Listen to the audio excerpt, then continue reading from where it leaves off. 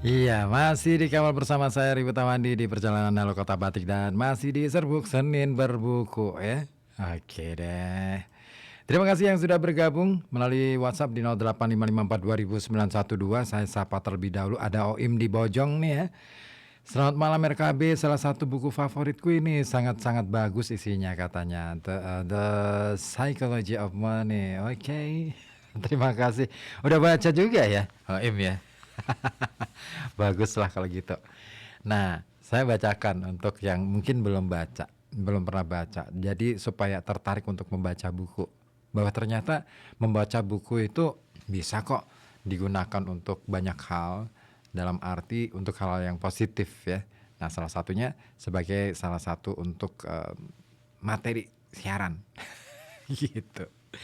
Ya, tadi sudah kita sedikit ya ke bab 5 ini di bagian berikutnya ya, tentang cerita dari Jesse Livermore dan juga German Nietzsche.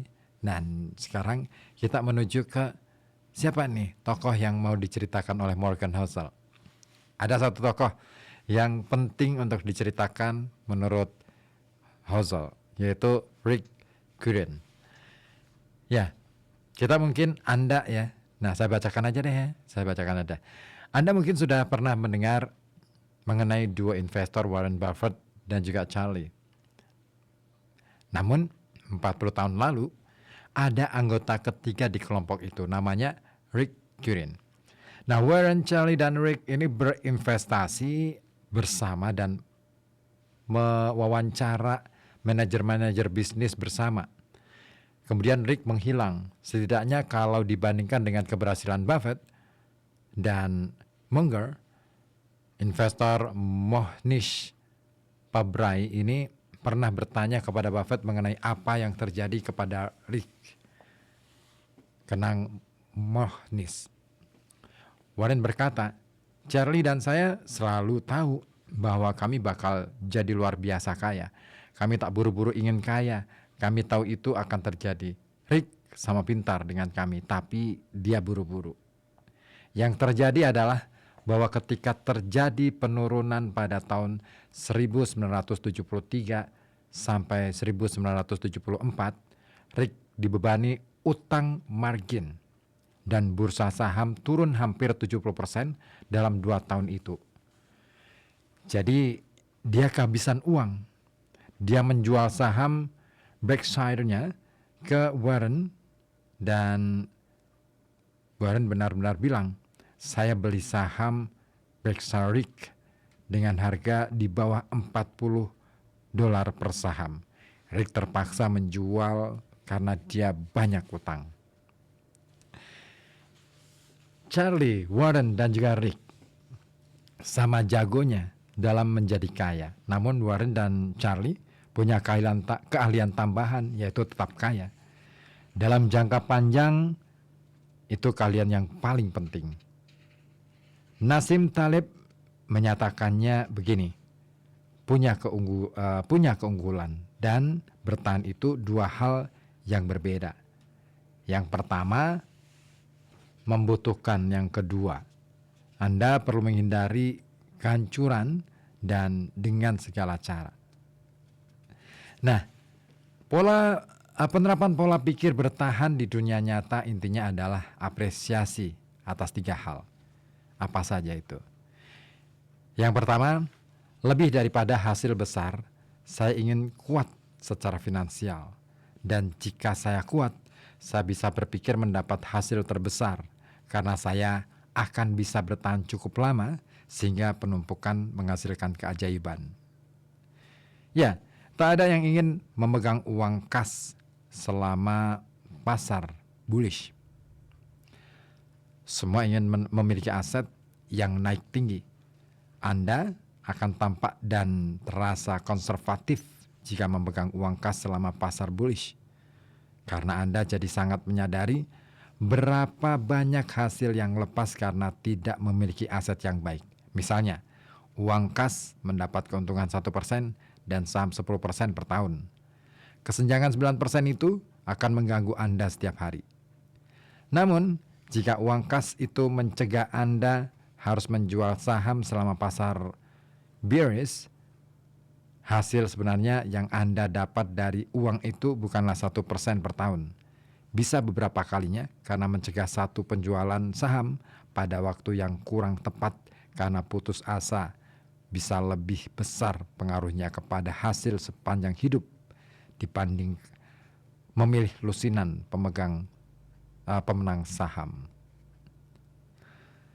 Nah, perempuan tidak mengandalkan perolehan hasil besar, hasil yang bagus, tapi terus-menerus untuk waktu lama, terutama selama masa kekacauan dan gejolak, akan selalu menang.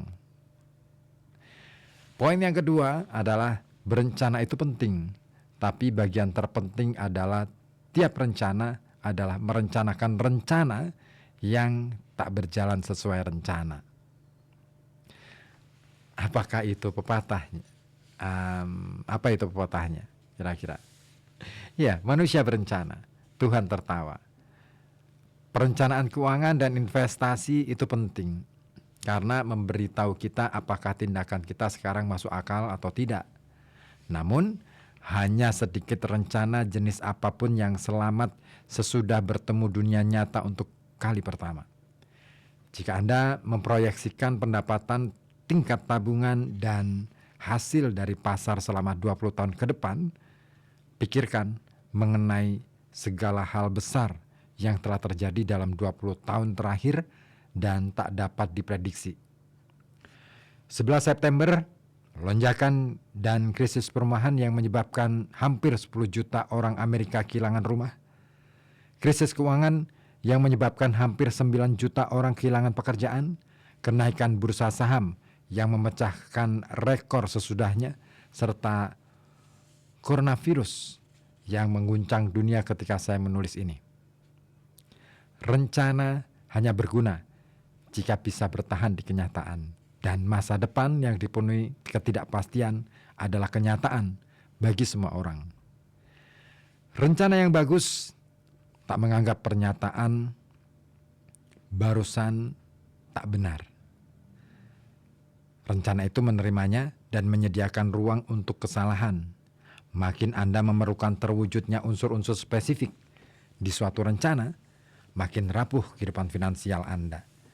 Jika ada cukup ruang untuk kesalahan di tingkat tabungan, sehingga Anda bisa bilang, bagus kalau hasil pasar 8% per tahun selama 30 tahun ke depan. Tapi jika hanya 4% per tahun, saya masih oke. Makin berhargalah rencana Anda jadinya. Ya, banyak pertaruhan yang gagal bukan karena keliru, melainkan karena tepat di situasi yang memerlukan hal-hal yang harus tepat.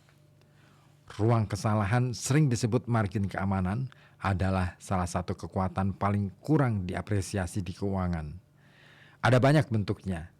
Anggaran yang hemat, pemikiran luas, dan jadwal longgar, apapun yang membuat Anda bisa hidup senang dengan berbagai hasil. Itu beda dengan konservatif. Konservatif adalah menghindari tingkat risiko tertentu. Margin keamanan adalah menaikkan peluang keberhasilan di tingkat risiko tertentu dengan menaikkan peluang bertahan.